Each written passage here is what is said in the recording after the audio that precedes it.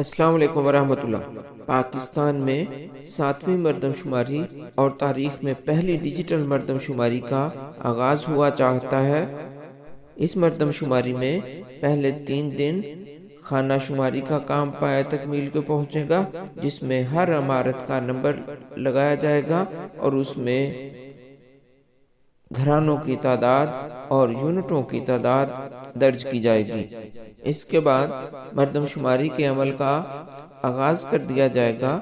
مردم شماری کا جب آغاز ہوگا تو تمام افراد کو گنا جائے گا۔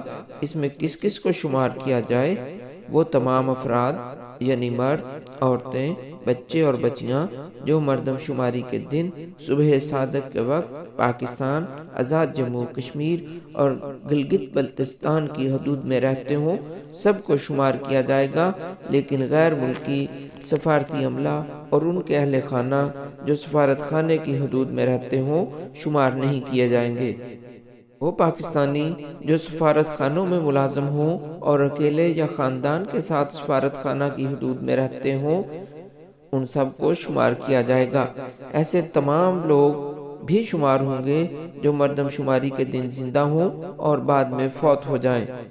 تا بعد میں پیدا ہونے والے بچے اور بچیاں مردم شماری میں شمار نہیں ہوں گے۔ وہ تمام غیر ملکی باشندے جو عام آبادی میں رہائش پذیر ہوں، ان کو شمار کیا جائے گا اور قومیت کے خانے میں ان کی قومیت کا اندراج کیا جائے گا۔ غرض مردم شماری کے دن بغیر کسی استثناء کے تمام افراد شمار کیے جائیں گے۔ اگر مردم شماری والے دن کسی گھر میں ایک ایسا مہمان یا دوست آیا ہے جس کا اپنا کوئی گھر نہ ہو، تو ایسے فرد کا شمار اس گھرانے کے ممبر کے طور پر کیا جائے گا جس گھرانے میں وہ مردم شماری والے دن موجود ہوگا، البتہ اس کا رشتہ اگر وہ رشتہ دار نہیں ہے تو غیر رشتہ دار میں آئے گا۔ مردم شماری کے عمل میں تمام افراد کو گنا جائے گا، مگر ہر فرد کا شمار اس کے گھر رہائش گاہ پر کیا جائے گا جہاں پہ وہ عام طور پر رہتا ہو۔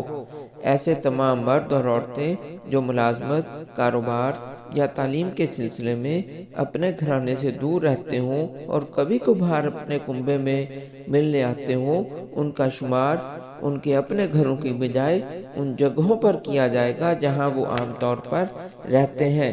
اگر کسی شخص کے ایک سے زیادہ گھر ہوں تو اسے اس گھر میں شمار کیا جائے گا جہاں وہ عام طور پر رات بسر کرتا ہو۔ اگر کوئی فرد مردم شماری کے دن یعنی صبح صادق کے وقت اس گھرانے میں موجود تھا، لیکن مردم شماری کے دن کے بعد اس کا انتقال ہو گیا، تو ایسے فرد کو شمار کیا جائے گا۔ کسی گھرانے کے ایسے افراد جو عارضی طور پر کسی کام کاج کے لیے، سیر و تفریح کے لیے ملک کے اندر یا ملک کے باہر گئے ہوں، جنہوں نے ابھی چند دنوں میں لوٹ آنا ہو، تو ایسے افراد کو حاضر شمار کیا جائے گا اور ان لوگوں کو مردم شماری میں گنا جائے گا۔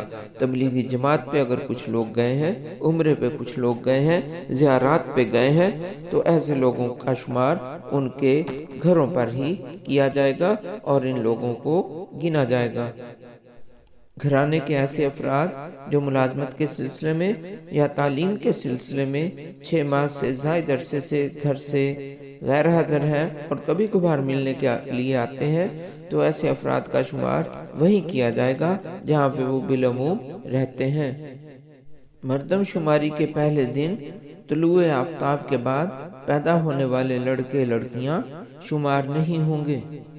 شمار کنندہ گھرانے تمام افراد بشمول خواتین، بچے، بچیاں اور خواجہ سرا کے نام علیحدہ علیحدہ سطروں پر لکھیں گے اور گھرانے کے سربراہ کا نام پہلی سطر پر درج کریں گے، جبکہ باقی افراد کے نام کالم نمبر 2 میں دی گئی ترتیب کے لحاظ سے درج کریں گے۔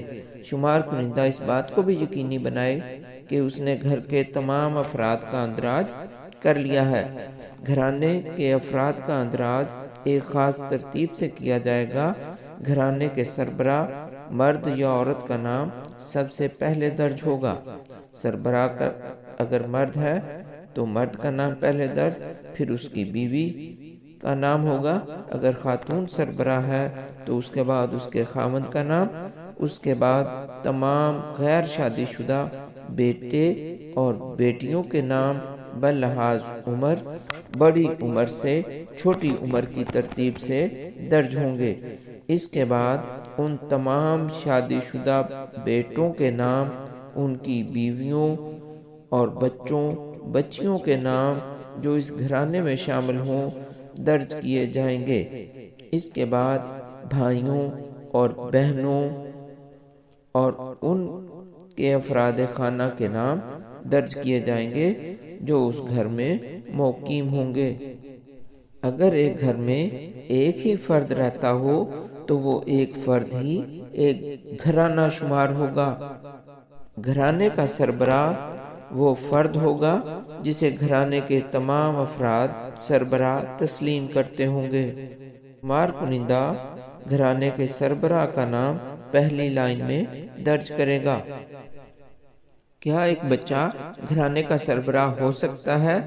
10 سال سے چھوٹی عمر کا بچہ گھرانے کا سربراہ نہیں ہو سکتا۔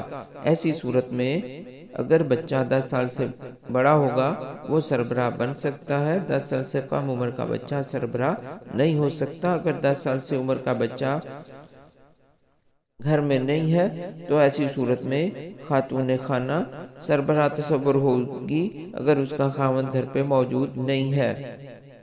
خانہ شماری کے دوران سربراہ اور تھا، بعد میں جب مردم شماری کرنے گئے تو معلوم ہوا سربراہ کوئی اور ہے۔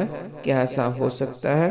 جی ہاں، سربراہ کا اندراج جواب دہندہ کے بتائے ہوئے جواب کے مطابق درج کریں۔